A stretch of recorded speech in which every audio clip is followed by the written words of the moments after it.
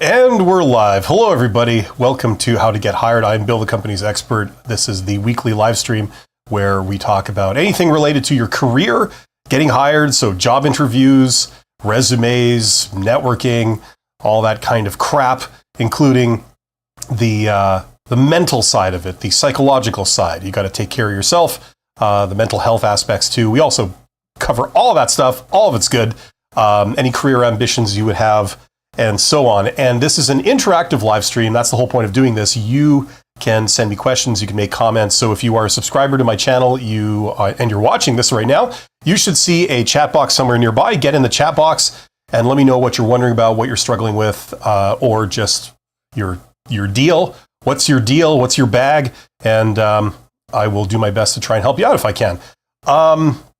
Yeah, just, I guess, what other public service crap do I have to do? Oh, a shout out goes out to my YouTube channel members. You guys are awesome. And my Patreons and my super thanks donors. And of course, to my participants. That means you. So thank you for being here. The title of this episode today of How to Get Hired is What is Your Weakness? Best answer. So we're going to be kicking it off by talking about that question. Whether you get this in an interview or you get it in some kind of weird online job application form, like on a web form, that has been known that you might encounter this in places like that. But it's all good. We're going to talk about that. And then I'm just going to be answering questions. So welcome. I see there are, I actually don't see anything because the sun is so bright in here. There are 4 people here, so thank you. Okay, let's get on with this. This is episode 110. We've done 110 of these. Somebody left me a comment just like a moment ago saying, "You sound like a jerk." And I want to say, it's good of you to notice that. And that's probably because I am a jerk. But what I don't do is I don't leave insulting comments for other people because that doesn't do any good. And it's just a complete waste of my time if I were to do that. Anyway, okay, let's get on with this. So the best answer to the job interview question, what is your weakness? Now, this is probably one of the most dreaded questions that a lot of people fear when they go to a job interview because they're asking you about something bad, something negative, right? It's a totally different thing than if they asked you something to do with what are your strengths? And it's almost like they gave you an open floor to sell yourself and say how wonderful you are and all the things that you can do that are awesome and how you're an amazing employee. This is a completely different type of question. This is where you basically have to deflect because they're asking for a reason on a plate why they wouldn't hire you. That's the challenge here. If you were hypothetically to answer this question in a no-holds-barred kind of way and give full and complete information, you'd be handing them a reason on a plate not to hire you. You'd also be making a very bad first impression because in all likelihood, this is the first time they are meeting you. So if you just meet someone and the first thing out of their mouth is how they're not good at stuff and how they hate doing certain things and how they have a problem with this and that and the other, and how they've had issues in their past to deal with, like dealing with authority or dealing with work or dealing with their job in general. What impression are you going to get of them? It's going to be very bad. Are you going to feel like, wow, we should totally hire this person? Of course you're not, right? And the more information you give and the more wholeheartedly you answer this question, the worse it gets for you, right? So this is the challenge. On the one hand, you don't want to just shut them down and say, I refuse to answer that question, because that will not go over well either. You're giving the impression that you're being uncooperative and you are not being helpful and you're not assisting them in their inquiries. So it's a bit of a tricky question. And we're going to get into that. Now, let's get the obvious stuff out of the way. There's so many aspects to this question. I'm just going to try and roll together all the obvious stuff very quickly right here. And that is, number one, don't give a strength as a weakness. Okay, there are probably a few recruiters out there that are stupid enough to fall for that. But unfortunately, most of them will see it as a problem. They'll see the fact that you are deflecting the question, you are giving a very obvious refusal to answer it, right? It amounts to basically saying, I refuse to answer that question. That's what it amounts to. If they asked you a question and you said, no, I'm sorry, I don't answer questions like that, that would be kind of problematic. They wouldn't get warm fuzzies about you. They wouldn't feel that you're assisting them and being open and honest, which is what they want. And it's the impression we try to give, even though we are not 100% open and honest in job interviews, because if we were, it would be very bad for us. But imagine if instead of saying, whoa, wait up, I refuse to answer that question, instead of saying that, you gave an answer, but the answer was like a complete deflection. Imagine what that would be like. They said, so tell me, what is your greatest weakness? And you said something like, well, when I was 5 years old, I did go to a number of birthday parties, right? Like, okay, you're giving an answer, but the answer is clearly not what they're looking for in a very obvious way, almost an insulting way, right? So it doesn't do you any good to give answers like that, because what they hear is, I refuse to answer that question, right? The way to make a better impression is to make it feel like you're answering the question and you're being cooperative and you're working with them in a good-natured spirit, but yet not give anything incriminating that's going to count against you, right? That's the trick. Okay, it's one of these type of situations.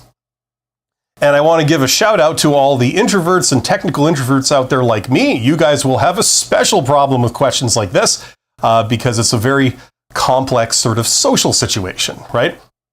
These people are your ally in some ways, but they're also your adversary in others. It's a very complex situation. You have to handle it delicately. Okay, so some of the things that you shouldn't do. Obviously, refuse to answer the question. That's not good, because it signals, you probably have something to hide, or else why would you have a problem answering? There shouldn't be a problem in answering. Most people don't have a problem answering this question. Don't give a strength as a weakness. You don't say, well, I'm just too hard of a worker. I'm really working on that one. It's always going to be my undoing. I just work too hard, right? Don't say stuff like that. I just care too much. I'm just way too nice. Everybody likes me just a little too much. It's embarrassing. Don't say stuff like that. That's, once again, so blatantly obvious. No one's going to fall for that. Well, I correct myself. Maybe there are probably a few recruiters out there that are just, the kind that you can barely tie their shoes. They probably might get fooled by that and think you're wonderful and think you're some kind of genius giving a masterful answer like that, But yeah, it's usually not going to fly, okay?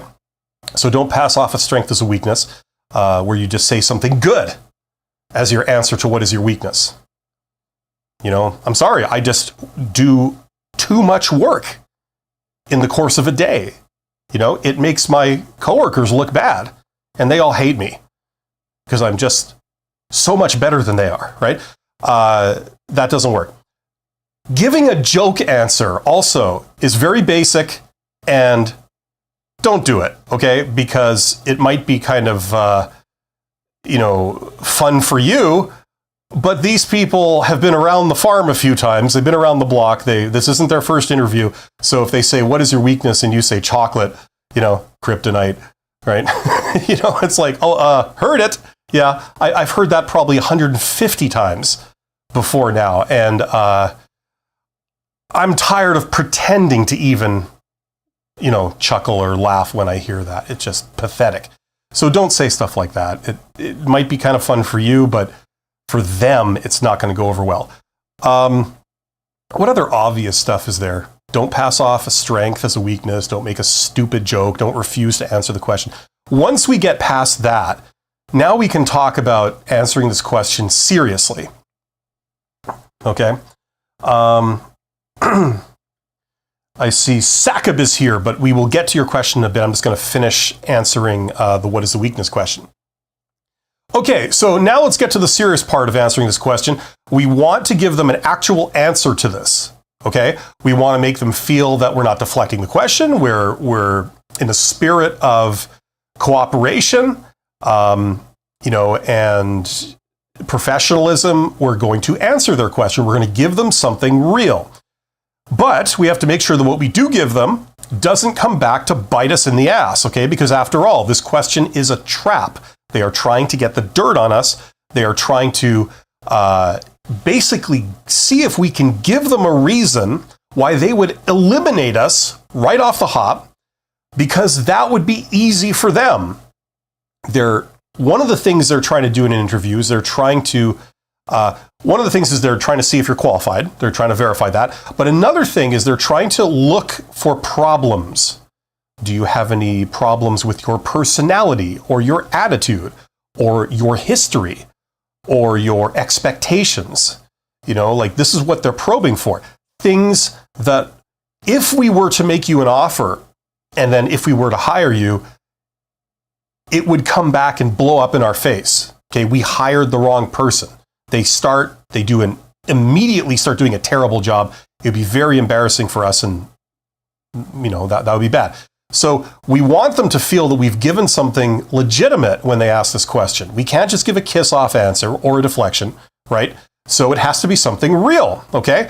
Now, this is what I recommend for an answer to this question, okay?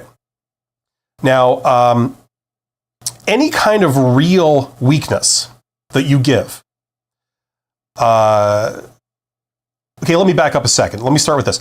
If you were to ask the majority of recruiters how they would recommend that you answer this question, usually so you can play right into their hands, the answer that you often hear is for them to say, just give an honest, true weakness, that's bad, and then explain how you're working on it. And the mechanism of why that's good is because it signals to us that you are self-aware enough to realize that you have flaws and things that to which you should improve. But it also signals that you are in the process of self-improvement. You can grow, you can change, and you recognize that flaw and that you are working on it so that the chances of that being a big flaw in the future are reduced. That's the conventional wisdom. That's what a lot of recruiters will say. I'm telling you right now, in my opinion, certainly, that is absolute self-serving bullcrap. Don't do that, because in the majority of situations that I've seen, and I've been involved in a lot of job interviews, is that recruiters, there are some great ones out there, but there's a lot of bad ones, and there's a lot of overworked ones, and there's a lot of lazy ones. And what they will do is, as soon as you mention something like bad, a real weakness, they will eliminate you because of that weakness. Their job is one of elimination. They start with hundreds of candidates often, and then you sort of whittle that down to a smaller number that you then interview, and then you whittle that down to one that you extend an offer to. Right? So it's about eliminating these choices, right? So as you find issues with each one, if you're trying to be efficient about it, as soon as you spot something that could be a major problem, you just eliminate that person, right? And that way you get to the end sooner. So regardless of this theory they claim, that's usually what they end up doing. So if you give a legitimate weakness, you're dead. Usually that's what it means. So how can we answer the question, but yet give something that doesn't eliminate us? We give something that's 100% completely understandable because it is a side effect of a strength. Okay? That's my recommendation. That's what I've seen. That's what I've recommended for years, and it's gone really well for people that have done this. And the way to sort of figure out what that could be for you would be to think of a trade-off, okay? Life is full of trade-offs, okay? Speed versus quality usually is an obvious one. You could either do things really, really well, or you could start cutting corners and do it a lot faster, but then it's not done as well, right? So As the quality goes up, the speed goes down, and as the speed goes up, the quality goes down. Now that's a sort of very general principle, right? But that's an example of a trade-off. What would be another sort of trade-off? Maybe if you want to talk speed, there's a lot of things that contradict with speed. So getting more and more information, making a better decision, giving it more thinking time, more research, more information, that is the opposite of speed. You can make decisions fast, or you could make decisions very wisely with a lot of consideration, a lot of verification and validation, right? So that's a trade-off, right? What contradicts with quality? Doing a good job. Well, price and quality tend to go like this. I tend to work very cheaply, and that's good. You save a lot of money, but the quality tends to go down, right? If you boost quality, generally speaking, it takes more money, more effort, right? Things like this, right? So I'm sure you could think of like 5 contradictions, things that are trade-offs, right? That apply to you and your work style, your personality, your way of doing things, right? If you thought about it and gave yourself a few minutes, right? So this is the key to how we answer the what is the weakness question. We give an understandable side effect, an understandable trade-off of something we do that's awesome. So you can say, well, they say, what is your greatest weakness? And you say something to the effect of, well, I'm not the fastest worker. Okay, that's my weakness. I tend to take a bit more time.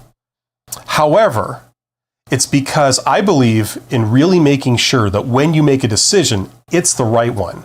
I'm not one for making rash, snap decisions, having knee-jerk reactions that, yeah, sure, you can act quickly, but you end up usually doing the wrong thing and creating even worse problems for yourself. I take a little bit of extra time, and I make sure that what I'm about to do is the right thing to do. Then I never have to redo it, right? So you notice how I started out talking about a weakness. I said something that sounded bad, which was, I'm not the fastest worker, right? But I backed it up by saying, because of this, it's actually something good. It's a trade-off of doing something good. And you end up talking about this great thing that you do. Okay? So that's kind of the general structure of how you answer, how I would recommend anyone answer, what is your weakness? Think about this. Do you do things well? Do you do things fast? Think of things like that. Do you take a little more care in doing things, or you get a little bit more information, or you like to talk to people first to validate something, right? Things like that. I'm sure you can think of examples of these. Now, for bonus points, there's one little thing we're going to tack on at the end, okay? And that is, if you can also add to your answer how you directly mitigate the weakness, that knocks it out of the park. That gives you a flawless answer, and you pass the question. So, to try and give you an example off the top of my head, we were talking about, what is your weakness? And you said something to the effect of, well, I'm not very fast, but I do very high quality work and I never have to redo anything. Okay, so that's the trade-off, right? Now, how do we make sure that the weakness, the fact that you're not very fast, never ends up directly being a problem? What do we do to neutralize that weakness directly?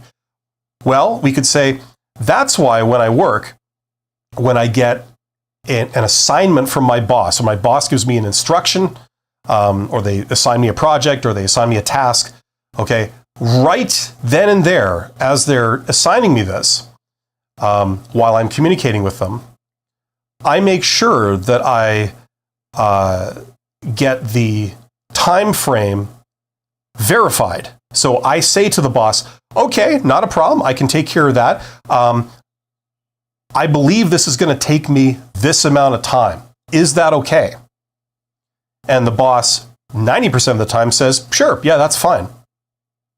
So even though I'm not the fastest worker, it never ends up being a problem because nothing is ever late and it always meets my boss's expectations. Something like that. So that's how I handle that weakness directly, okay? So we've given them something legitimate. What is your weakness? I'm not the fastest worker you're going to find. There you go. There's something legitimate. It's not a deflection. It's not a refusal to answer. Okay, you've given them something legitimate. But can they eliminate you by any reasonable stretch of the imagination for having said that? No, because not only have you shown how that's actually not really a weakness, the way it works out is it's actually a strength. You produce very high quality work, right? Okay. And then also, if there was ever any doubt about that interpretation, you've also just explicitly told them that even though you're not the fastest worker, it doesn't impact your performance at all in any meaningful way. You mitigate it. You make sure it's never a problem. And you've given them a legitimate reason. So you answer the question, you've given them something, but they can't use it against you. Okay? So that's how I'd recommend everyone answers this question. It's a little bit strategic. Okay? To sum up, you give them a trade-off, a side effect of something you do that's awesome. You do this thing that's awesome, here's the side effect, and everything has a side effect, right? For example, I'm super nice to everybody. What would be a bad side effect of that? Well, maybe some people are a little bit jealous, or some people don't understand how I have such a great relationship with everyone, and they feel a bit frustrated. They suspect there's something nefarious going on. There isn't, right? You can make a side effect of everything. So you give a trade-off, you give a negative side effect of doing something good, and then as a bonus, you then end by saying, and here's what I do that makes sure that weakness, that side effect, is never, ever a problem. There you go. You do that, you will pass this question. They won't be able to get the dirt on you, and you'll come out of it looking like a hero, because you actually, you ended up talking about two great things that you do. So they have even more reasons why they should hire you, because you do great stuff. So that's what I'd say about this. I'd like to open it up to questions now. Sakab says, can you please tell me if anyone asks in an interview, why do you want to work for this company? How do I answer it? I'm distracted by the thing that Julia says here. First of all, Julia, I'm not getting into politics. I think that whole topic is asinine too. Germany, the United States helped their ally fight the really bad Germans in World War II for doing precisely this kind of thing.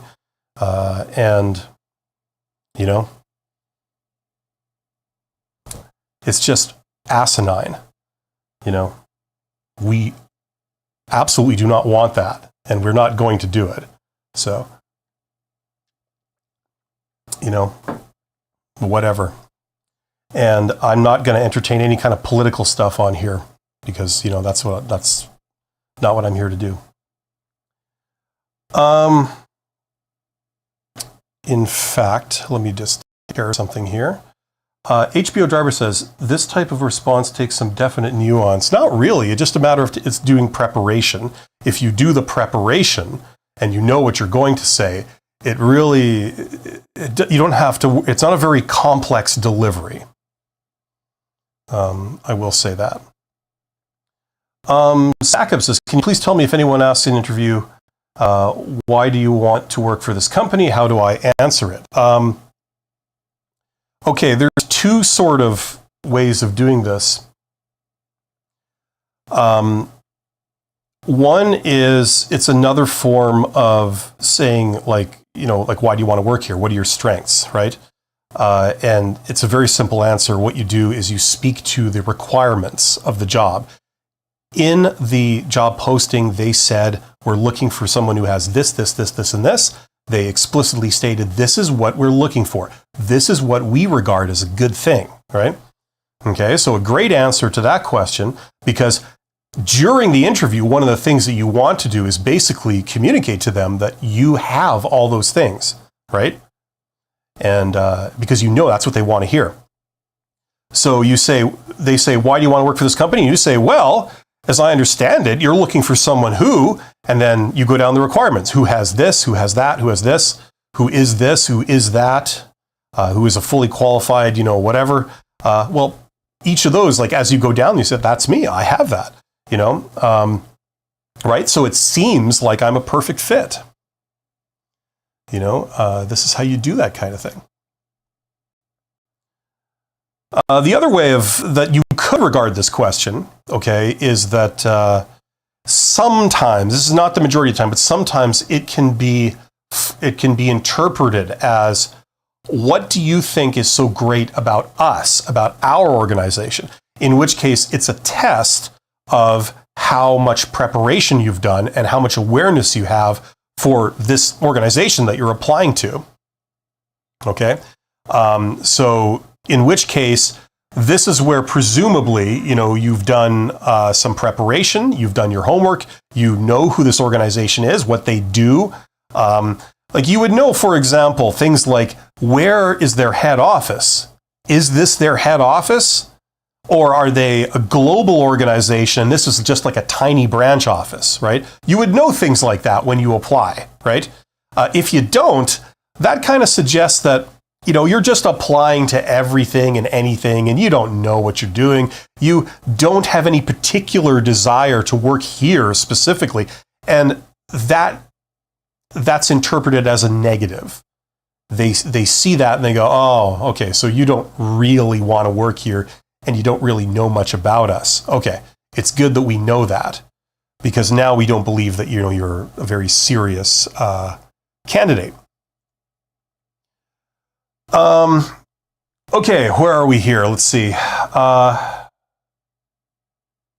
Lots of Alexandra says, a lot of people say their weakness is being a perfectionist. I cringe and want to dismiss me. Yeah, that's a bad answer. I mean, the only time that could ever work is if you're like it's like the absolute entry-level job. Like you're interviewing with McDonald's or something, like you're just coming out of high school and, the challenge there is just to have an answer that's coherent, for a lot of like stuff on that absolute rock bottom level.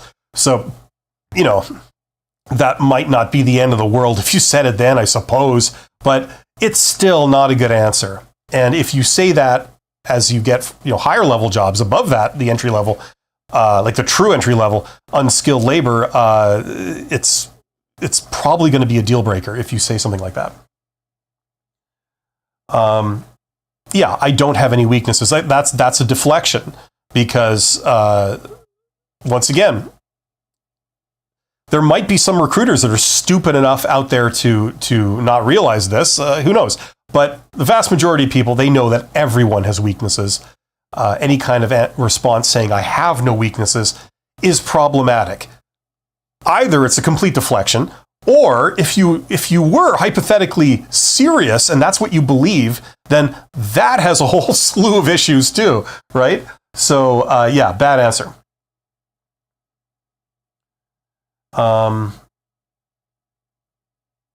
Talent master, how do I answer a question? What are your weaknesses? Well, I just spent the last 20 minutes answering that, so maybe just go back. How to get along with everyone, more specifically the relationship with the higher officials and juniors, as we know we can't be the same for both of them. Okay, I'm having problems parsing the grammar here, but how to get along with everyone? That's a great question. I'm going to answer that in a second as I get through with these here. Bad Boy says, I want to say thanks to your tips. You got me a job for an airline. Okay, great. That's great to hear. Bad Boy Boots 8. Congratulations. And the credit is entirely yours. You obviously did the right stuff and you knocked it out of the park. So you should feel pretty good about yourself. Okay, Talent Master. What if they ask, what questions do you have? I normally ask, okay, this is the problem. Like each of these, it's going to take me like a couple of minutes to answer. And if I'm getting one every few seconds, I won't be able to keep up. But that's okay. Let's start with this. What if they ask, what questions do you have? Short answer is there's a million questions you could ask. You can ask about the role. Okay, think about the role. Why is it vacant? Is this a new role, or how has this position become vacant? That's an obvious question. Ask them about the industry. Like what you could ask about challenges. What do you see as the greatest challenge going forward for someone in this role? What do you see as the greatest challenge going forward for someone in this industry? What do you see going forward for as the greatest challenge for this organization? You could ask about that. There's all kinds of things, and the last thing I would ask at the end of the interview, before you get up to leave and shake hands or whatever, is just say, so where do we go from here? Just so that you have an understanding of what the next step in the process is. Are they going to contact you? Should you follow up with them? Like, what's the time frame when they might have an answer? It's usually a good sort of default last question is to say, where do we go from here? Okay. Coming back to how to get along with everyone specifically. Once again, short answer is that people like nice people. That's a trait of human nature. It applies to people in every industry and in every country, at every age and every stage of your career. We tend to get along better and like the company better of people who are nice to us. We tend to not like people who are mean, who are unapproachable, who tell us we're wrong, even when we're wrong. We hate people who tell us we're wrong, okay? We could be completely out to lunch, acting like a jackass, that someone really needs to correct, right? That could be us. And God knows we've probably all been like that at some point in our lives. I know I certainly have. But we still hate the person who comes up and suggests that we're wrong, okay? We don't respond well. We don't listen to a thing they're saying, and instead, we make it personal, right? It's like, you're my enemy. Oh yeah? Well, and then you fight back, right? We don't listen to a thing they're saying. So if you want to be likable, you're the opposite of that. You say nice things, you make people feel good about themselves, you're approachable, right? And universally, you will have a much easier time if you project that image to everyone around you than, someone who's like aloof, gruff, kind of unapproachable, nasty, direct. I'm a technical introvert. I know a lot of you guys are technical introverts. When I was younger, I prided myself on being honest.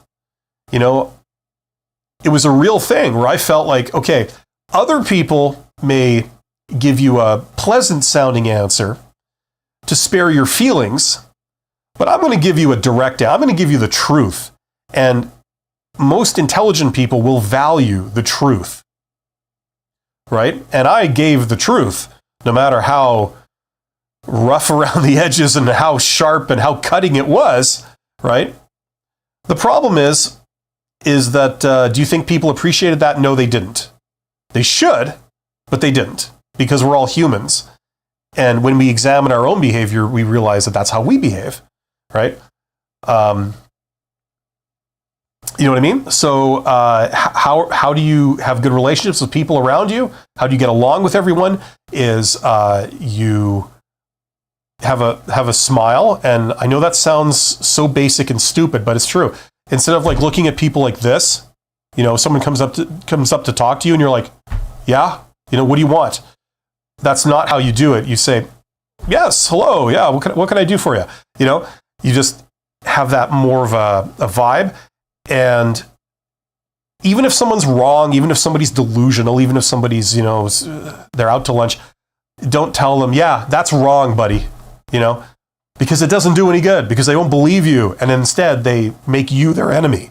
That's the only thing that results from it, right?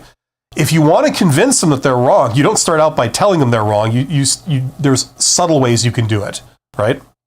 You can ask questions and say things that help them get there on their own, and then they actually learn the lesson, right?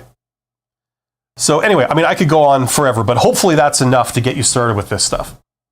Go out and do your own research, learn about this stuff, and then go start applying what you've learned and get experience with it and observe the effects, okay? Don't take my word for anything. Don't take anyone's word for anything. Go try things, and that's the best teacher. You will find out what works and what doesn't as you observe the reactions.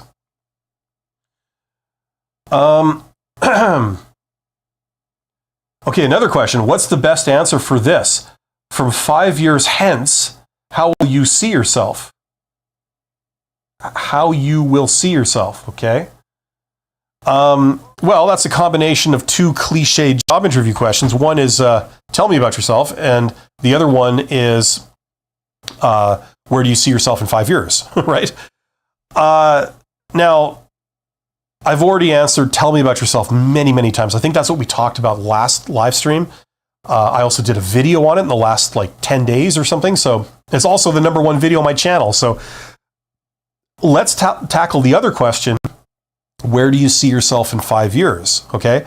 This is another cliched standard job interview question. They're going to probably ask you this in some form at every job interview you go to. It's the future question. They ask one question about your future. They ask one question about your past. The past question is, why did you leave your last job? Right? The future question is, where do you see yourself in the future, like in 5 years or some other time? Okay. Now, can you predict what's going to happen in the future? Of course not. That's not what this question is about. The question is really asking you, what are your ambitions? What do you enjoy doing? What do you want to do? Are you the type of person that if you get this job, you would just like to stay in this job because this is what you love doing? Or are you the type of person that if you get this job, you regard this job as a stepping stone to climbing the ladder, to being a manager or an executive or whatever, right? You want to be doing something else other than technically this job, right? So that's kind of what they're trying to probe for, right? Now, the general rule is if you say that in 5 years you want and you see yourself doing something completely different, not this job, not anything to do with this. You see yourself way over there doing something else, right?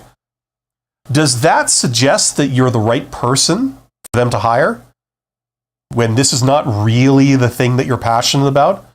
It's not really what you're suited to or where you want to be, right?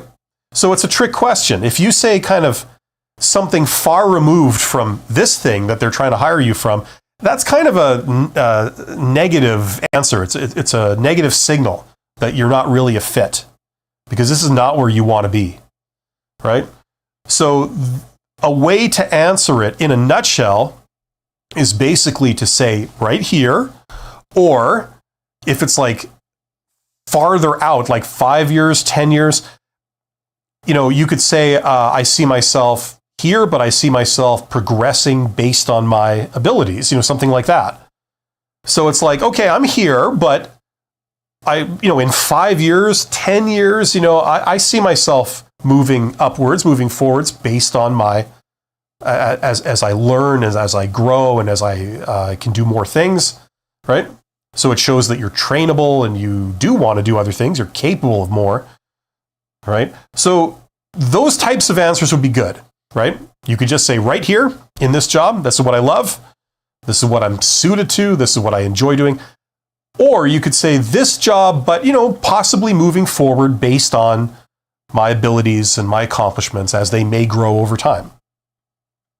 Anything like that is probably good. Hopefully that makes sense. Tech programmer says, why don't interviewers give feedback for a rejection? Well, there's a couple of reasons. Number one, if someone has been rejected, how do you think they feel? I'm sure I'm sure we all know. They feel mad. They're upset. They feel that the interviewer or the decision maker has made a mistake, right?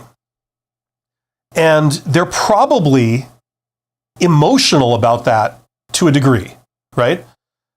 Now, right off the hop, interviewers don't want to engage with somebody like that. Look, the interviewer has one job and a ton of candidates. Okay, they might have, say, 500 people that applied for a job, but only one of them can get the job.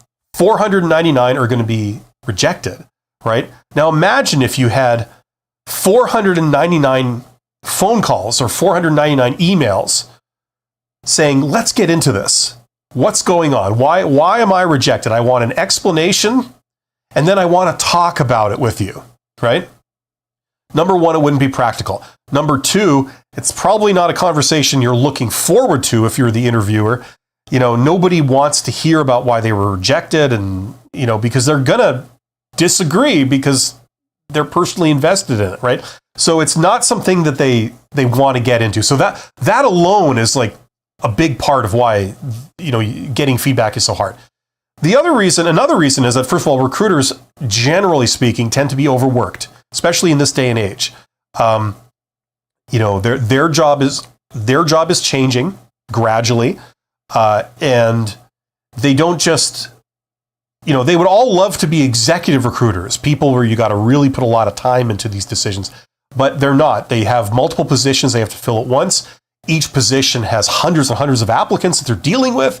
They're getting communication from like everybody all the time. If someone wants to talk about why they were rejected, that's kind of optional for them. That's not something that they have to do. So as a result, they're disinclined to do that. And then finally, another reason why they don't do it is because, let's say that the recruiter engaged with a candidate who was rejected, and they told the candidate, listen, when you came down for the interview, you said this, and we didn't like that answer because of this. We were hoping that you would say something more like this, because that's really what we're looking for. I know we didn't explicitly state that in the job posting, but we were hoping that you would volunteer the fact that you had done something like this. That's what we're waiting to hear. Now, the fact that you didn't volunteer that suggests that you probably don't have it. And we know that we can't ask you explicitly, outright, do you have this? Because everybody's going to say, yeah, I totally have that, right? So it's not a valid test. We have to hope that sort of comes through in the conversation in a subtle way. And you didn't say it. So I'm sorry. That's why we rejected you. You were going up against several other candidates that all met the requirements, just as you did. And this issue really became the tiebreaker.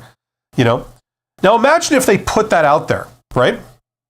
In a very short amount of time, what often happens is that that information makes it to a job board. It makes it to like a place like PayScale or salary.com, where people review companies and talk about companies and things like this. Like, it's shared far and wide on the internet. And the cat's out of the bag. Now, every candidate knows that this recruiter or this company is secretly looking for this. So say that you have this, right? And that games the system. It neutralizes that way of vetting people that they have, right? So they're not wanting to disclose their thought processes, because then it helps people to hack their thought processes and get around it, right? So there's a variety of reasons all stacked on top of each other here. That's usually why you don't get feedback. People don't want to give you feedback. And when you do get feedback, you got to be very suspicious that it's not really the real reason of what went down. I know that's frustrating. It makes it very hard. But this is why doing mock interviews, doing pretend job interviews as a way to prepare yourself with somebody else, that's what helps make this such a great preparation tool, okay? If you're doing a job search campaign and you've been boning up on like how to answer interview questions, that's great. If you have the opportunity, grab a friend or a family member and get them to do some pretend job interviews with you. They pretend to be the interviewer, and they're going to interview you, okay? Either they make up the questions or you give them a list of questions. And, this is like a dress rehearsal for you going down to interviews.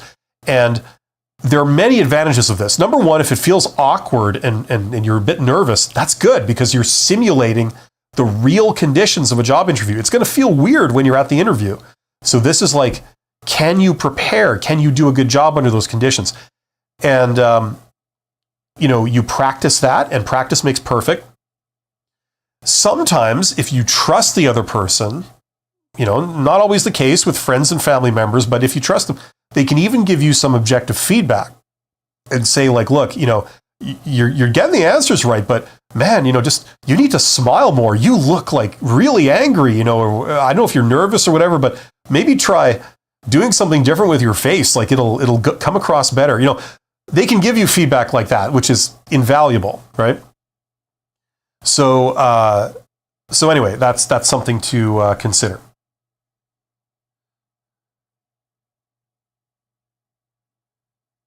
I don't know about grammar in America. I'm not in America, but I mean, you don't need grammar, like just a grammar checker or a spell checker. Just being able to write English grammar better so that it's actually correct. And I'm just saying it would help me understand more clearly what you mean. Make your sentences smaller, okay, like shorter. Because the longer the sentences are, the more the grammar has to be just right in order for the meanings to make sense, right? So if you have short sentences, one idea per sentence, and then you put a period, that allows you to express yourself very clearly. You can express complex ideas by just breaking it out into like small pieces, and each one is a sentence, right? Like, for example, that thing you just wrote, where was it here? What is the basic book to get the basic grammar there in America? Okay, so you've got 3 ideas. What's the basic book? How do I improve my grammar? And how do I do this in America? Like those are 3 ideas, right? You would have 3 very short sentences, and you break it out. And that makes the sentences very, very simple. So I'm sure you could get them perfectly right. And I would read it. I'd understand exactly what you mean. And that's how you can write at length, and you come across like you're someone who knows how to communicate very, very well, even though this may not be your first language. I know what it's like writing in a second language. I'm bilingual. I speak French, and French is not my first language, but being able to write in French for me is a real challenge, and you have to do things like this. Incidentally, that's all in that course, by the way. If you're wanting to be a master communicator, that's just a couple of tiny points that I have in that course. Check that out, by the way, if you want to tack on above average communication skills that will, if you're trying to get promoted into management or into upper management, you got to tack on a bunch of things other than technical skills. Communication skills is one of them, and that's where I put all my knowledge there of that. Like when I was a CEO and stuff. Okay, where did I leave off? Let's see here. As I smack my microphone around. Incidentally, go check out that course if you are looking to get hired and you're it's not going anywhere fast, or you're worried that you're not doing the right things. I put all my knowledge, all my learning into that course. So there's a link in the description for all this stuff. Okay, let's see. Talent Master, what do you think about thank you emails after the interview? Here's what I think. They're not bad. You never get penalized for sending a thank you email. The question of do they do that much good? That varies, okay? So this is what I would say. It may be impractical to send a thank you email to every single job you apply to or like interview you go on. You may not want to send a thank you email, some interviews you go on. But if you care about the job, if the job is something you're really hoping will work out, then I would say send one, okay? And it would go to each person who was in the interview with you. So if there was only one person there with you, it goes to them. If you were doing a panel interview with 5 people, you would send it to all 5 people. It also gives you a reason to find out who you're talking to. Business cards are great for that. I've talked about that many times. See if you can get their business card. An obvious way to do it is you have a business card yourself. You have a LinkedIn profile, put the header of your LinkedIn profile essentially on a business card. And then you hand that out when you get to the job interview. That's their cue to give you their business cards. Then you know exactly who you're talking to. These are their names.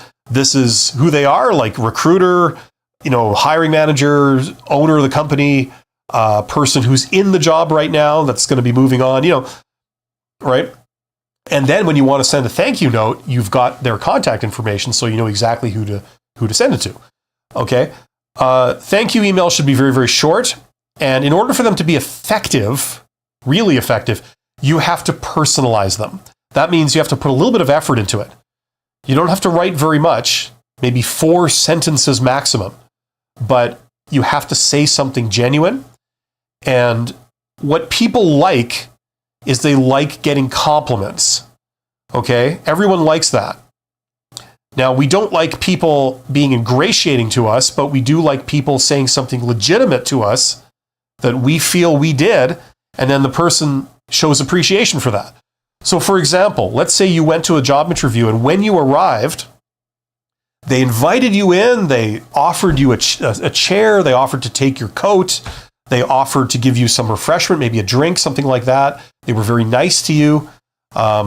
They explained, like, okay, so here's what's going to happen. In about 10 minutes, this person will come in, and you'll be doing the interview with them, and blah. So these are things they did for you that you appreciate. So in a thank you note, what's really great is to say that thing. They said, like, you say, thank you for bringing me in for the interview.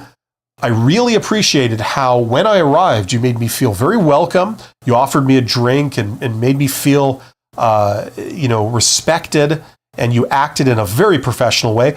Not everyone does that, but you guys did it, and I really appreciated that. I very much look forward to seeing where this goes. Have yourself a great day. Something like that, right? So if you say something real that they did for you, find something that they did for you and tell them, I appreciated that. It's great how you do this. Then it would mean something. Then the person reading it goes like, oh, well, thank you.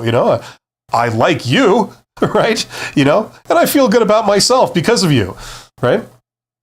So that helps, right? And it's not slimy because you're being completely 100% genuine.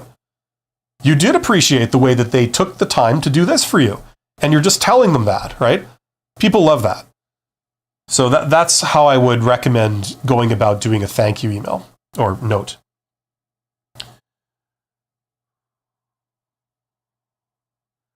Can you say the outfits that you will expect from candidates, like glasses or watches? Well, listen, you need to learn how to dress professionally and appropriately for whatever job you're going to, okay? So that can vary. If you're going to a construction site as manual labor, like for a construction work gang, obviously you're not going to be in a suit, right? If you're going for a divisional executive manager position, obviously you're going to be dressed up quite a bit. It's going to vary. Always make sure that you wear a cummerbund and a sash and a ceremonial sword, and you'll be fine. But I'm just kidding, but not really. Addition to that, what color do you prefer? Color of what? Of a suit? Please clarify. Just explain what you mean by that. Color of what? Color of suit or of glasses? Because you mentioned glasses, so I'm not sure. Don't wear dark glasses. Like if, you got the Top Gun dark glasses, I don't know. How to prepare ourselves if anything bad like layoffs. I can't tell you that. That's each and every person needs to decide what they're going to do. It's nice to have an awareness of what your options are, and if you can do that in advance, that's even better. So when things happen, it's not unexpected, and as much as possible, you have alternatives, and you understand what those alternatives are and how to make them happen. Right? Like, listen, I hate to say this, but because it sounds condescending when it's really not, but change is a constant of life. Things change. Things come to an end. Like, nothing lasts. You might have an amazing job. Maybe the job comes to an end, or maybe the company is acquired by another company, or maybe your boss that's so wonderful leaves, after like a couple of years. Things change, and it sucks that they do when you're onto a good thing, but you know what I mean? Like, we have to get used to it. I'm a bit older, so I've been around the farm a few times. With more experience, something I've noticed about myself is that things surprise me less, because you've seen it before. When you're young, you don't have a lot of experience, so when something happens, usually it's the first time that's ever happened to you, and you think it's like the end of the world. You're like, oh my God, what do I do? But if something happens to you and it's like the fourth or fifth time you've had that happen to you, you don't panic as much. You realize like, okay, yeah, I've been here before. I know how this works. And I know that if you handle it in certain ways, it tends to go well or not so well. So I know that I should probably handle it like this, right? So you tend to not, I don't want to say you don't mind it as much, but it isn't as bad as it once was because you have the benefit of experience. So, you know what I mean? That's just the thing. And I don't know if there's any wise words of wisdom I can give you. It's just don't freak out too much. Life is full of surprises. Life is full of change. And, even things that seem really bad at the moment, if you wait a little while, a lot of times you realize it's not as bad as you thought, So that's all I can really say. I mean, I'm not some kind of life coach, but, and especially nowadays, like the great thing about now that we're in the internet age, which we've been for like over 20 years, is that, you can go online and you can you're not in complete isolation. You can connect with other people that have been through that thing or are going through it with you. You can read about people's thoughts who have gone through it before, and you can find resources to possibly help you. So there's some amazing stuff that we have now that was less accessible before. So take full advantage of that.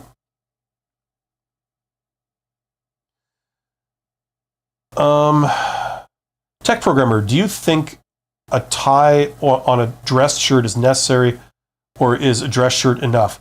Okay, so I have thoughts about generally what is appropriate, but that is neither here nor there. What you should do is, if you're wondering about what should I dress if I go down to this company or this organization or this event, if I've got a job interview with these people, how do I dress? Here's what you do. You go and you do a search online, do an image search for that company, for that role, right? So let's say it's a project manager at, I don't know, General Electric, okay? So you would search General Electric. Let's do an image search. What do these people look like? How do they dress? Are they all in suits? Do they look like bankers? Or do they look like entrepreneurs, like Steve Jobs wannabes, with their turtlenecks and their jeans and their berets and their cigarette holder and their, bow ties? I don't know. Yeah, this is maybe the French Steve Jobs. I'm not sure. But, what do they look like? Then search project manager across the board. What do project managers look like? Do a Google image search or a Bing image search. Don't laugh. I actually think that Bing is a lot more user-friendly for image searches than Google is. Google still is better for other things, but whatever your search engine of choice is, go and do an image search for some of these things and get just a general feel for what those people look like, right? And, if there's any doubt, dress up a notch. So if some project managers wear jeans and other project managers wear a tie, if that's what you're finding, I would wear a tie. Just dress up a bit, as a default, right? And you probably are not going to make any stupid choices, if you do that. That's probably a good sort of catch-all kind of thing to make sure you're not doing anything really inappropriate. And you can always ask, if you want an excuse to communicate with a recruiter and have a bit of an exchange, that's a great thing to ask. Say so I'm assuming it's business casual, so maybe polo shirt and dress pants. Did I get that right? And it gives them an opportunity to say, no, they're expecting you to wear a tie, or whatever. Wear your official GE cufflinks and official standard issue GE brass knuckles. That's going to be a requirement. You know what I mean? You do that, you should be fine, okay? You're probably not going to get a lot of surprises. Mike says, I don't know what this stream is about, but I like every word of it. Well, thank you very much, Mike. I started off by talking about the title, which was, what is your weakness? Best answer. So how to answer that question in a job interview. And now I'm just answering questions. So any and everything that people bring up, I'm trying to address. Maybe not 100% successfully, but I'm just trying to swing with it. Thank you for being here. Ray says, I've been a freelancer since 5 years ago, but I haven't had work all the time for different reasons. Does it make sense to write in my resume that I've been a freelancer for 5 years? Okay, listen, you have to be careful because there's all kinds of stupid principles contradicting each other when it comes to like how recruiters read resumes, okay? First of all, like if you've done that kind of work in the last 5 years and that's what you've done, it's kind of hard to like not say that you've done that work because otherwise you'd be leaving a gap, right? You know? Now, what is your alternative? If you're not a freelancer, do you say you worked as an employee for like a company for like that 5 years? Like I don't know if you could say that truthfully because you weren't an employee. Maybe you can. Maybe if you had the appearance of being an employee, but technically you were under contract or something, you could just sort of say, I worked for that company. And if they really want to get into it, then you can explain the full meal deal. But if they don't mention it, then just for simplicity, I was an employee, okay? When it comes to checking references and stuff like that, then you can maybe further explain, like, well, technically, I wasn't an employee, I was under contract, you know, but whatever, okay? There's also a negative sort of thing going on here, which is that all things being equal, companies don't like freelancers, okay? Because, and this is all an assumption based on a stereotype, which is a common thing that they do, but here it counts against you. It's like they assume that, oh, okay, you're someone that is doing their own thing. You're doing your own, like essentially you're self-employed. You're a contractor or you're a freelancer, and that's how you like it. And the problem is, if we're hiring for an employee position, right, a freelancer might not be the best fit because they are used to them being in charge, working on their own terms, taking on the work that they want to take on and leaving the work that they don't want to take on, right? That might not be the best fit because if you're coming to work for us as an employee, you have to do what we say. And, you know, if you're used to not doing what a boss says, but you being your own boss, it might be a kind of rocky relationship and it might not go very well for us, right? You will tend to be more free thinking and all this kind of thing, right? You tend to be out for yourself as opposed to being a team player working for us and, you know, sort of being on our team. So all I'm like, this could describe you, or it could all be completely wrong, but this is the assumption that they will make if they see, you know, entrepreneur or small business owner or freelancer, like any of those things. People who do side hustles, they don't like side hustles because side hustles, it's a conflict of loyalty. Would you work for your employer or would you prefer to do your own thing that you created, that you're making money at? Well, everyone will choose their own thing because that's their own creative venture where they report to themselves and do it under their own terms, right? So there's some issues with disclosing this stuff. So if you can maybe say that you were like under contract or something, that maybe sounds a bit better, I think, than saying a freelancer. But look into this, like ask, you know, if you really want to be sure, do informational interviews, contact people on LinkedIn and ask their opinion, talk to recruiters, and look into this stuff and see if there's a way you can phrase it in a sort of safer, benign way. Chris says, I think this is the question I felt mostly uneasy about in my interviewing career. It seems like I always putting myself in the crosshairs no matter what I said. Okay, so Chris, what question are we referring to? The topic of the stream, which is what is your weakness? Is that what you're referring to?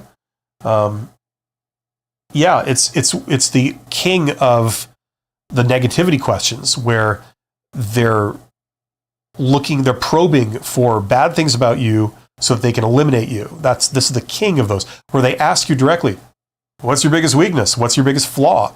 Tell me, what's wrong with you? Why shouldn't we hire you? And then if you play right into that, they say, thank you. That's very open and honest and bold of you to admit that to us. We really appreciate your candor. And then they eliminate you, right? That's the problem. Is it okay to ask review from the interviewer? You can ask, but for reasons I answered about 20 minutes ago, they probably won't give you any feedback. And if they do, it's probably not honest feedback. What you'll usually get is in an interview where it's face-to-face and you say, like, how am I doing? Or, do you have any feedback for me? It'll all be smiles and chuckles. It'll all be pleasant. Oh, you're doing great. You're doing great. No, I don't have any negative feedback for you. I think you are doing a fantastic job. And then they never call you back, right? You know what I mean? So you can ask, but chances are their hands are tied. They're not going to give you, they're going to choose not to engage on that, and they don't want to get into it. Ray says, I'm going back to being an employee. I'm just wondering if it would seem deceptive since I was technically unemployed for some of that time period. Okay, you're the freelancer. Listen, Ray, the way people usually get around these kinds of obstacles is they don't go through a recruiter to get their job. They go through networking. So you would connect with like a hiring manager. You'd reach out to a hiring manager that you don't know. And there are many ways to do this. I mean, I talk about them in this course. I show you how to do that. But it's like explaining networking is not something I can do in like 2 minutes. There's so many principles. There's so many things you have to know why things are done a certain way. But the simplest possible way you could do this would be to go on LinkedIn, do a search for companies, like, if you know the name of a company that's across the street from you, that is a place you could conceivably work at. You do a people search in LinkedIn with that company. You limit it to your hometown, and then it's a people search. So the results will be individuals who work at that company. If there's the CEO, if there's the owner, if there's like the manager of the department that you would work in, conceivably, you would contact those people. You would send them a very brief message. You say, hello, I'm here. I'm great at this. I solve this problem. If ever you're looking for someone to do that at your company, let me know, because I would very much love to work for you. Thank you, goodbye. Most people will not be hiring for someone like you right now, but some of them will be, whether it's 5% of people or 2% or 1%, So just like you can apply for 100 jobs in a day, you could send out 100 of those in a day if you really wanted to. Not a problem. It's like a template message. And then if you send out 100 of those, one person will respond and say, hey, maybe we should get together and talk more, So there's a whole lot more. I mean, it's not possible for me to like get into that. I can't even make 5-minute videos about this stuff, because whenever you say one principle in isolation, it raises a ton of questions around it. Why do you have to do it that way? Why can't you do this? Why does that work? And it just keeps going and going. I had to put that into a course. There's no other way to talk about it. I taught a university course in business school on this. This was like the capstone project. And I had a lot of students go out and like meet a lot of CEOs and stuff in their hometown. They initiated contact. They got informational interviews. They took selfies, them shaking the CEO's hand, and they got jobs and stuff doing this. But it's just that there's a lot to learn. I had to put it into an entire course. But anyway, learn about that stuff. You see, that's how people change careers. That's how people overcome like major work gaps. That's how people fix the things that makes them almost unhireable if you go through a recruiter. Like, for example, being a generalist. If you've had 10 jobs, but they've all been in different industries all over the place, you try and apply for a job through a recruiter, they don't like that. They like specialists. They like people with years of experience in one thing that fits like a glove, And the problem is that that's biased heavily against generalists, people that have done all kinds of things, right?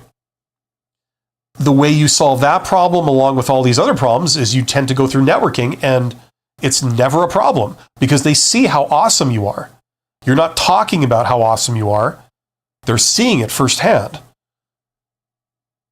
You know, it's a completely different thing. So learn about like other ways of getting jobs. Get your information from a variety of sources, and then start going out and trying some of these. And that's the best teacher. That's how you will see how this stuff works. Oh, I'm falling behind.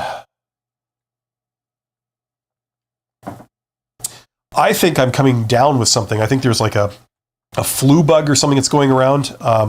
So I think I've got it. I think I'm coming down with something. I can feel it. Where did I leave off here? Ray says, yeah, I got your course. Okay, good. Hopefully it's working for you. Chris says, I have said before, I feel like sometimes I put too much energy into a specific task and don't always know when to let go. What are your thoughts on this answer? Well, that's another, like, listen, to me, that's a rephrasing of saying I work too hard. Like if you're asking about the weakness question, you say, what is your greatest weakness? You say, and you say, well, I feel like I put too much energy into a task and I don't know when to let go. That's like saying, well, I work too hard, right? And the problem is that for a lot of recruiters, at least more sophisticated ones, that will be a kiss-off answer. They won't like that because it's not a weakness. Why is it a weakness putting too much effort into something, or what was it? Too much energy into a task. How is that a weakness? It's like saying I'm too nice. That's my weakness. It's like, well, no, that isn't a weakness. That's a good thing, right? Now, if it is a weakness, explain how it's a weakness. If what you're saying is, I focus on the wrong things. I put too much effort into something I shouldn't put effort into, and that the reason why that's bad is because I now don't have enough effort or enough energy or time or whatever to put into the things I should be focusing on. If that's what you're trying to say, then say it. Because if you phrase it like this, to me, it just feels like I work too hard, and that's not a weakness. Ray says my course was great. Well, thank you, Ray. That's very nice of you to say.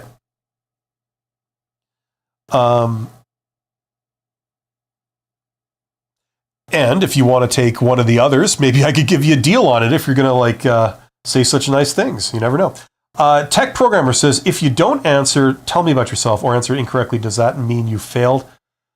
Look, everything happens some of the time. For some people, yes. Does that always work like that? No, but a lot of time it does. That's like saying if you fail any one job interview question, is that the kiss of death? Well, for some people it is. A lot of times it is. For others, no. But like the thing is, okay, look, my video on how to answer Tell Me About Yourself is the most popular video on my YouTube channel. It's got like 6 million views or whatever. Go and watch it. It's really not a hard question to answer. Okay. And if you're wondering what the answer is, here's the answer. Okay. They say, well, tell me about yourself. And you say, well, as you can see from my resume, that line is optional. It's more of a memory jog for you, but it helps to start off that way sometimes, assuming you don't say it in a condescending way or an arrogant way. You say, well, as you can see from my resume, and then you start with your education. I have this education, right? And then you go through your work experience in chronological. I always say reverse chronological order. It's not reverse it's chronological order in this case, where you start with your oldest experience and then you come up to your most recent experience, right? So you say, well, as you can see from my resume, I am a fully qualified whatever, like I have a degree in this or I have a certificate in that. And I started out in this role for this company. I was there for 5 years. And then I moved on to this company where I was in this role for 2 years. And then that brought me to where I am right now, which is I'm in this role with this company, and here's a couple of my duties, here's my big accomplishment. And then you end with the phrase, and that's what brings me here today, and why I'm excited to learn more about this opportunity. Right? And you do all of this in about 45 seconds. So you give a very, very, high-level summary of these things. Right? Now, why do you do this? It's because talking off the top of your head in a job interview is not good. You have no idea what these people want to hear. You have no idea what their hang-ups are and what secretly will eliminate you. And in that video, I gave an example of a boss who's like a really big fan of a certain sports team, right? So much so that if you said in the job interview, oh, I'm a big fan of this opposing sports team, they think like, oh, I don't want to work with a person like that. We'd never get along because I root for these people, and if they're a big fan of the other team, I'm sorry, it's not going to work. It might be something that's stupid, but you have no idea who you're talking to and what they think about certain things. So just blabbing about, things in general, a lot of times that's very dangerous. So the material on your resume is safe. You sent in your resume, they read your resume in some capacity, and then based on that, they decided we're going to bring you in for an interview. So it didn't get you rejected, it passed, right? So therefore, that material is safe. So if you don't know who you're talking to, you just sat down, these people are strangers, you have no idea what they're looking for or what their attitudes towards different things are, you know that the stuff on your resume didn't get you eliminated, so that's a great place to start. Also, your resume is like the standard document that describes everything relevant about you apart from your soft skills. So like all your experience, all your education, that's kind of the place to start to have an intelligent discussion about whether you're qualified or, you know what I mean? So that's why you answer that way. You say, well, as you can see from my resume, then you go through your resume in about 45 seconds, start with education, then oldest experience to newest experience, very brief summary, and then you end with, and that's what brings me here today and why I'm excited to learn more about this opportunity. And the other thing is you don't want to be talking about this crap for 10 minutes. You're at the job interview to explain why you're the person that has everything that they need, everything they're looking for, and how they should hire you. Because you can do this job better than anyone else, right? That's what you're there to do. So you don't want to take up the interview talking about what you did with some other company 10 years ago and like all the details. Who cares? That's a waste of time. So you want to get off that question and let's get to talking about this job and how I've got what you need. So all of that goes into your answer. That's why you say that, because all those principles are all applying. So hopefully that makes sense. Love you again. Yes, I'm great at pronouncing names. It's gotten me really far. If a manager addressing a junior team member in front of colleagues asks them whether they see themselves in their current position for 2 years despite still being in the learning phase, how should the employee handle it? Is this an appropriate leadership approach? First of all, under normal circumstances, you wouldn't do that. You wouldn't ask a junior employee in public about this kind of stuff. That would be a discussion for behind closed doors in the boss's office, right? Let's have some privacy and let's speak one-on-one, and then everybody can speak freely and you're not in public, It's just a more appropriate way of handling it. So asking that kind of question, where do you see, do you see yourself as having a future with this company? That's not something you would ask in public to someone. That's just unprofessional. So let's get that out of the way first. They're not going to speak freely if your colleagues are listening in, right?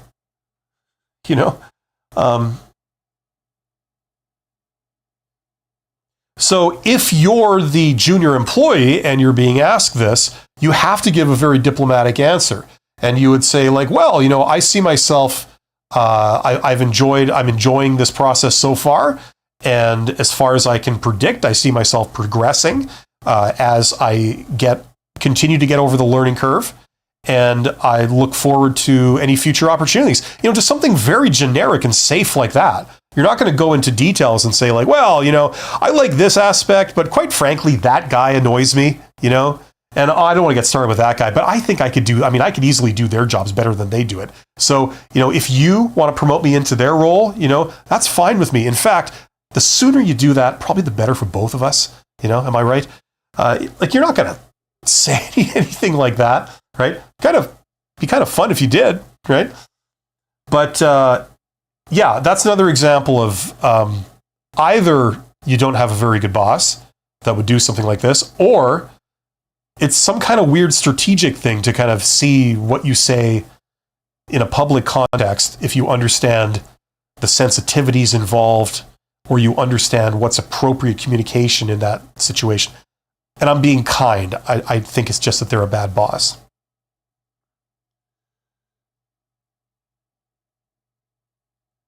Ray says, haha, I'd like to get to the business communication, actually.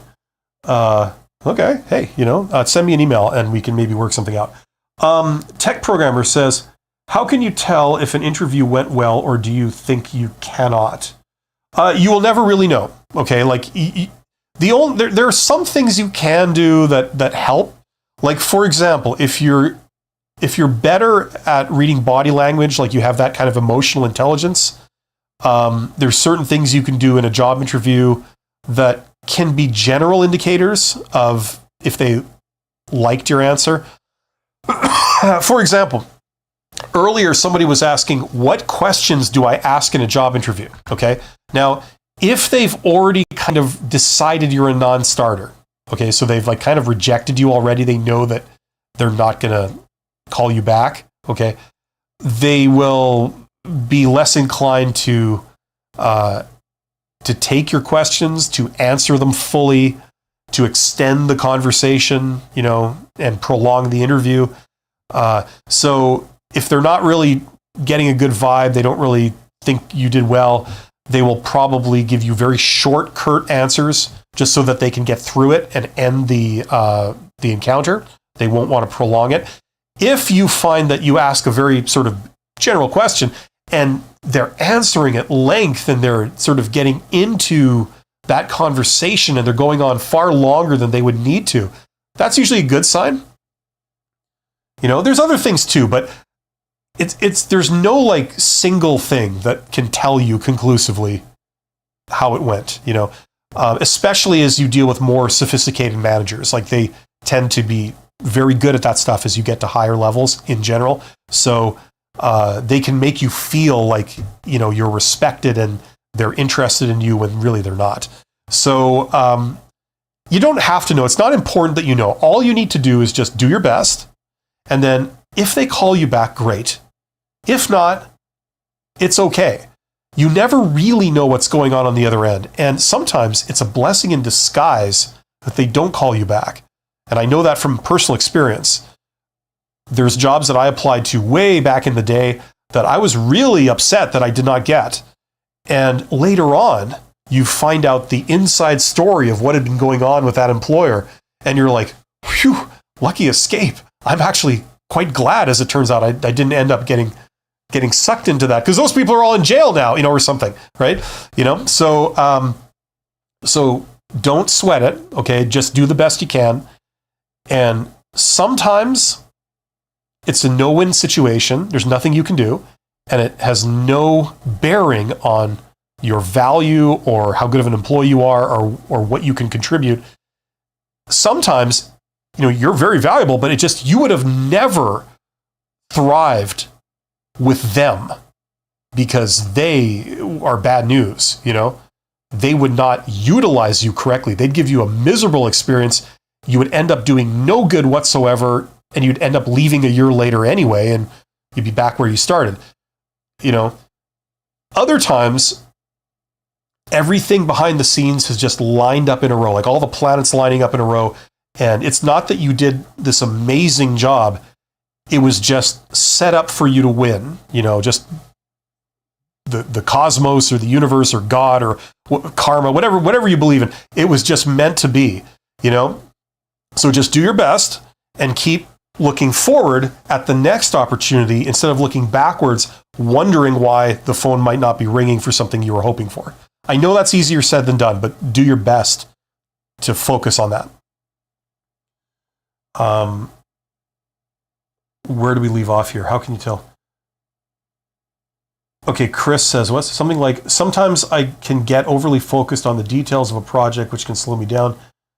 And I'm now actively setting the limits when looking over my work to better meet guidelines. Listen, go back and listen to my recommended answer, okay? Because I can't say the whole thing. It took me like 15, 20 minutes to say it in the first place. Go back and watch that again, okay? I also have I have two popular videos actually on my channel. That one has got like millions of views, the other one's got close to it, where I answer this. One is kind of short version and the other one is the longer version. Watch those because I can't give you the whole meal deal kit and caboodle again, as much as I'd like to. Gino says, the company I have just interviewed for just informed me that they are interviewing more candidates. What does that normally mean? It means that they are a bunch of raging jackasses. It's unprofessional to do that, but they don't realize this. How does that make you feel? You probably feel bad, right? Like, if you go down to a job interview, and then at the end of the job interview, they say, well, we're going to be looking at more candidates. How does that make you feel? Does that make you feel good? No. It makes you feel like, oh, I guess after talking to me, you feel you need to keep looking. Right? So it's just a stupid thing to say because you are being a jerk, but you don't seem to be aware that you're being a jerk. That's what it means. So what I'd suspect is that you're not talking to a very high-level person.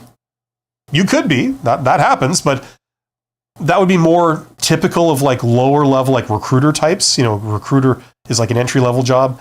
I suspect that's who you're probably dealing with. Or you could be dealing with like a prize moron who's been jumped up a few levels. I don't know. But that's usually, it's also unnecessary to say it. It doesn't do any good, right? All they need to say is, we don't have an answer for you right now, maybe in a few weeks. Something like that. That's all they'd have to say. Instead of suggesting that, oh, you're no good. Yeah, we still feel the need to keep looking, right? Right, that's really what's going on there. Yes, there's technical things they might be doing by saying it, but those don't matter, right? Not compared to stuff like this. I'd also suspect it's not a very good company. And by that, I don't mean the size or the profitability of the company. I mean, the experience of the typical employee that works there is probably not great, if that's how they're choosing to communicate publicly. Let's see here. Gino says, what if in my situation I was the only candidate initially, but then moved forward with more applicants for interviews after my interview? Oh, is that the one I just answered? Oh, this thing jumped on me again. Okay, so I think that's the one I just answered, right? Yeah. Then they said they will keep me updated after. Sure, yeah, you can update me as much as you want. I really don't care. Unless you want me to come back, good luck to you. If you don't want me to come back, why do you think I care?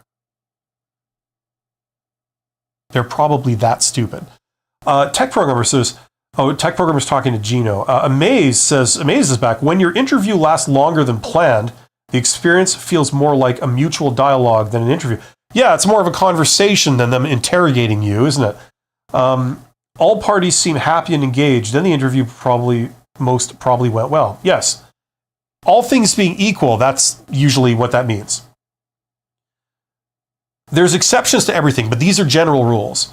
Mateus says, I recently went to a job interview where everything seemed to be going well until HR asked me if I was participating in any other selection process. Yeah, they love to do that. It's another ragingly stupid question. Okay, this also falls under the category of it's none of their damn business, right? What you are doing with a third party free of them is none of their business, right? So if you feel like answering truthfully, you certainly can. But if you feel like keeping that information to yourself, that's totally okay, right? So I did a video on this years ago where like the pros and cons of saying yes or the pros and cons of saying no. And I've heard all kinds of seemingly logical explanations why you would do either, right? You would say yes, and then in theory that creates a sense of urgency for them that they need to act fast to snap you up. It also sort of suggests that you're in demand, and that therefore you're a good employee because other people are interested too, and they really follow a herd mentality with these things. That's how dumb they are. So in that sense, it could be good to say that, yes, I am entertaining several other, opportunities as we speak. On the other hand, it can work against you if you say yes, because then it suggests that we don't want to extend an offer to this person if they're just going to rescind it because they've already taken another job. Another company beat us to the punch. So that makes them a riskier candidate.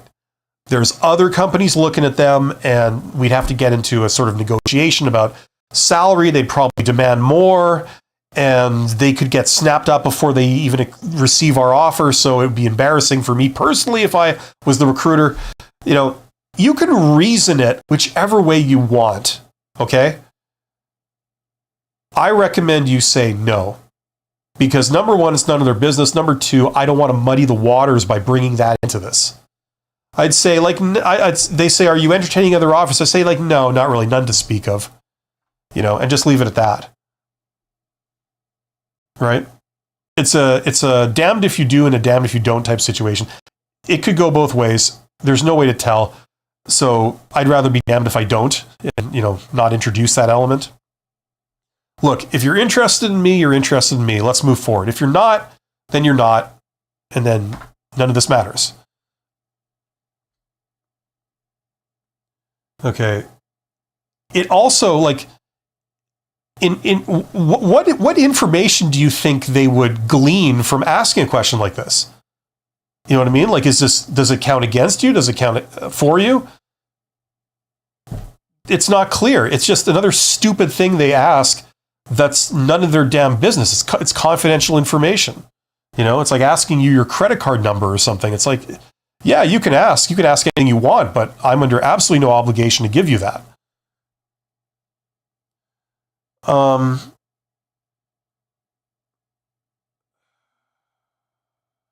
Yeah, so Mateus, if they ask you this question, there's no reason why that should kill the interview and create a very awkward or negative vibe. You just say none we're speaking about. And then that's all you say, and you let them move on to the next question, right? And if they were the general rule is if they ask you again, so for some reason people fear, oh no, what if they ask me again? Yeah, what if they ask you again? You give them the same answer again with a smile on your face. And they say, well, can you give me more detail? I'm really wondering if you're entertaining other offers. And you say, well, no, like I said, nothing to speak of, nothing I would like to get into here. And that's it. You got a big smile on your face. That's the only answer you're going to give them. We can move on whenever you want, The finance manager of the areas that I was applying for had also just arrived in the room. I said yes, and literally 10 seconds later, they wrapped me up and dismissed me, saying they would get in touch. Yeah. I admit this is probably not the best answer to give you. Yeah, well, you see, listen, you never really know. You never really know what's going on, right? So the simpler you can keep it, the better.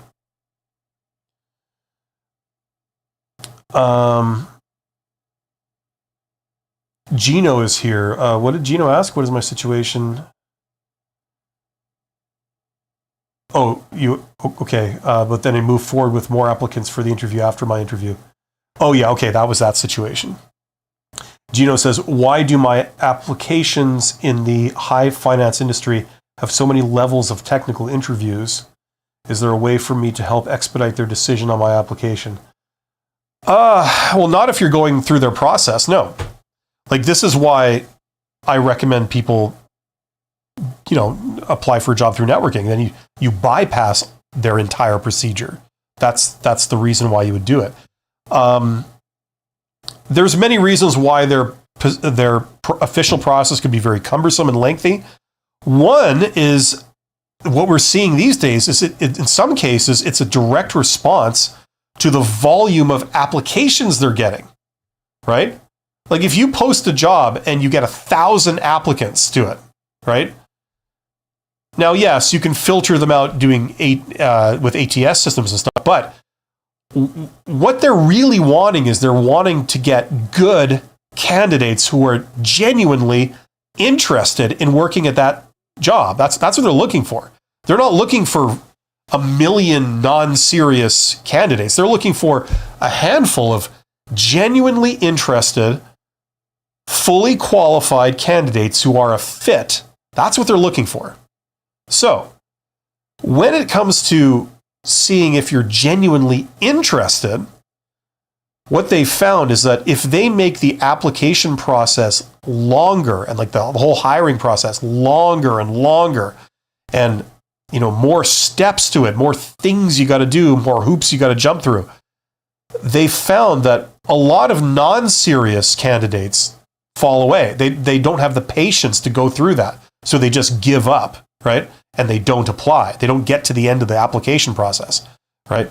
So that's one thing we're seeing now. So companies, some companies are intentionally making their official hiring process even lengthier, simply to be lengthy. And it means that anybody who goes through that and gets to the end, they're serious. You know that they genuinely want this job, because this job is like 10 times more work to apply to than the average job, So we're starting to see that.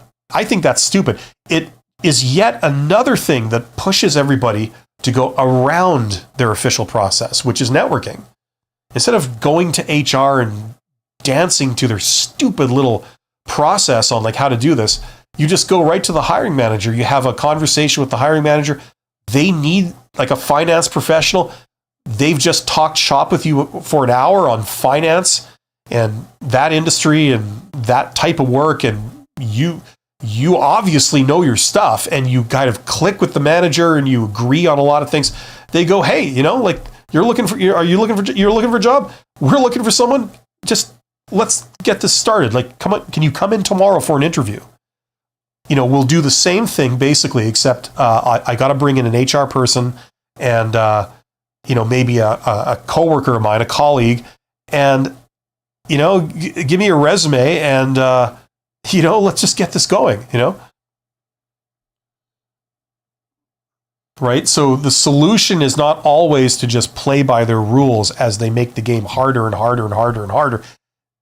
The solution that most people do is you go around it, right?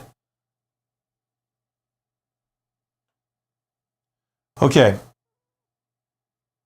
So there's no real way to help expedite their decision. They're in charge of their own process. You're playing by their rules, and they'll tell you what they need. And the only question is, are you going to dance to that? Are you going to conform to it? Or are you going to refuse to go through that process? You have the choice. It's your decision. If you want to, them to consider you, you have to follow their process. If you'd rather not do that, then they don't consider you, but you don't have to go through it, right? It's that simple. And instead, if you want to try and go around that in future, you can. There's a lot of ways to do it.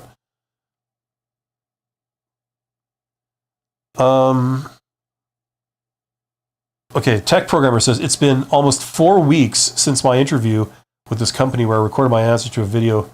My app is still under review. Does that mean rejection? Probably. I hate to say it, but like 4 weeks?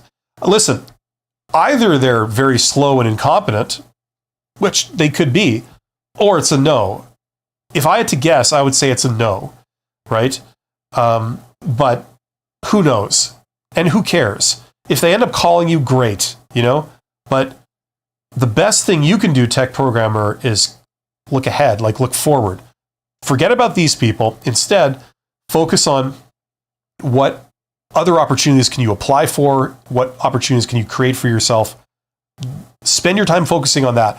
That's a much more optimistic and positive thing, because it's like, it's creating new and exciting opportunities for you rather than thinking about old ones that increasingly seem like they're not going to work out. You know what I mean? So from the perspective of your mental health, it's better to do this. And from the perspective of maximizing your chances of getting hired, it's better to do this.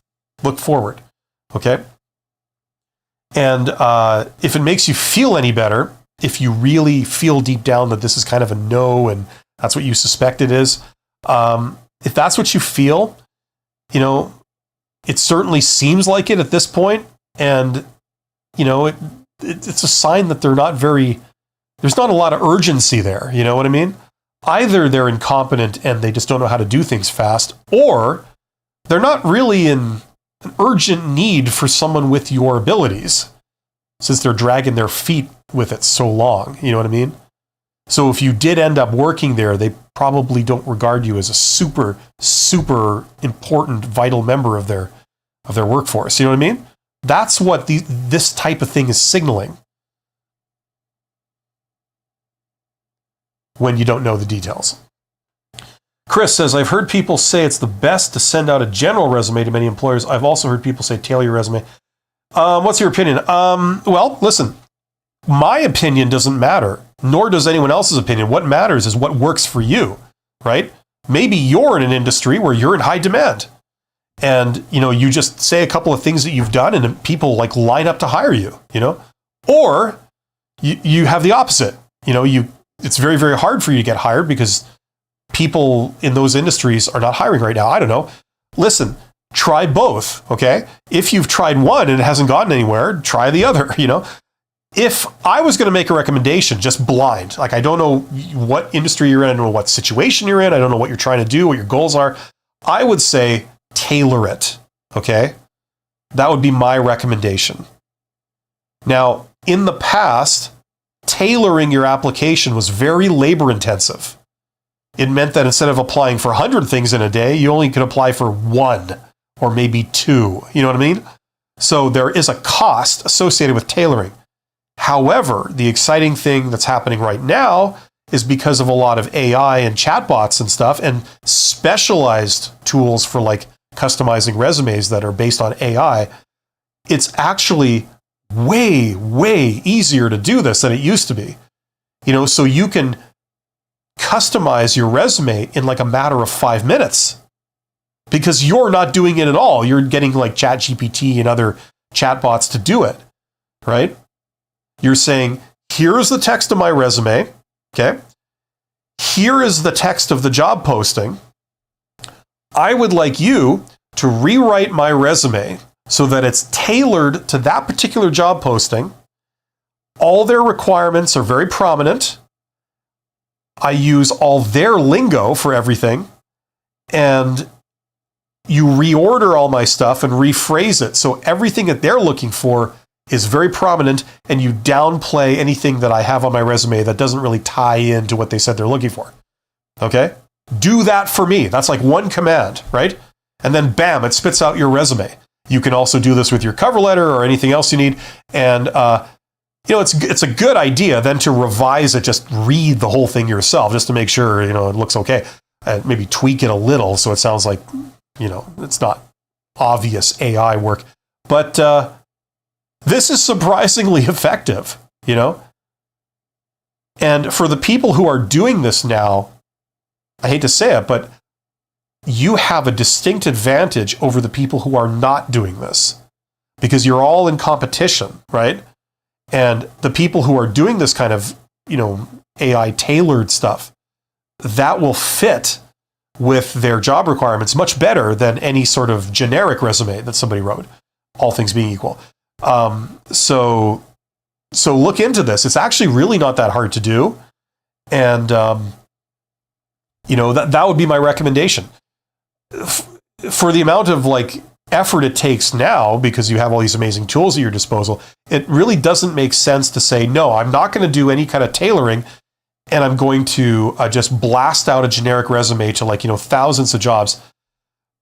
The one argument, and I've been in this situation before, is if you hired, like I did, you hired, you know, a really big dollar like resume writer to work with you and to, craft this like amazing resume for you, you really don't want to tamper with it, because like it costs you so much money and you're really, really happy with it. It sums you up just absolutely perfectly, and it's tailored to the job you want, so there's a lot of temptation not to mess with it and not to tweak it for every job, or else why did you pay all the money? But the reality is, unless you're going for like executive jobs or something, I hate to say it, but tailoring really is the way to go in most situations. I'm going to have to wrap this up in a couple of minutes because I have another live stream in about like 10 minutes. So let's quickly just answer these. Gino says, there was a technical case study provided to me. I don't think I answered the case perfectly. Our hiring manager is looking for candidates who arrive at the perfect answer for a technical interview. Well, they're hoping that you get the answer right. That is what they're hoping, and they tend to look favorably on that. Fresh graduate applying for an entry level, by the way, investment banking, asset management. Look, it could go both ways, right? Is it the kiss of death if you don't give the perfect answer to one of their questions? Maybe not. In some cases it will be, in some cases it won't. You know what I mean? It depends what their hiring process is and what the job is and what they're looking for. Sometimes soft skills are like by far the most important thing. Other times, technical skills are by far the thing you absolutely must have. So it's going to vary, Just do the best you can. And if this process doesn't work for you, learn about networking. I talk about networking in that course, okay? I show you how to tap the hidden job market.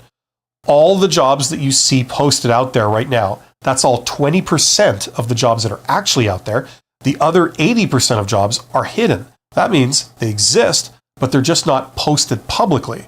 Now, you can get those jobs. There's a way for you to discover them, and there's a way for you to put yourself forward for them, but it involves different techniques, okay? You don't do internet job searches and then apply online to websites.